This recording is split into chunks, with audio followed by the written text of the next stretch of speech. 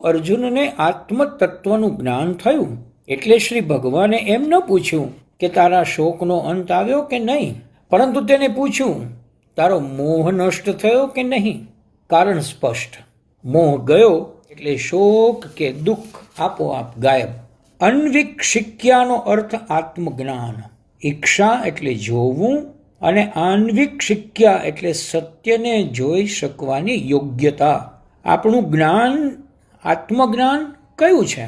હું પરમાત્મા છું. મારું શુદ્ધ સ્વરૂપ ચેતનાનું છે. હું શરીર પણ નથી ને હું મન પણ નથી. હું બુદ્ધિ નથી કે અહમ પણ નથી.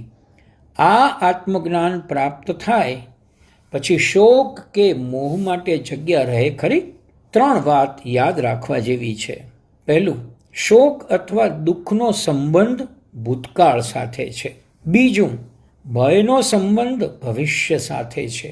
અને ત્રીજું, મોહનો નાતો વર્તમાન સાથે છે. જૂનું કશુંક યાદ આવ્યું અને દુઃખ થયું. કાલે શું અને કેમ થશે એમ વિચાર્યું કે ભય પ્રગટ થયો. આજે હું સ્પષ્ટ નથી શું કરું ને શું ન કરું, કારણ મોહ સાથે દોડે છે. આત્મજ્ઞાનનો પ્રકાશ પથરાય તો શોક, ભય, મોહ કાળથી પર નષ્ટ થઈ જાય.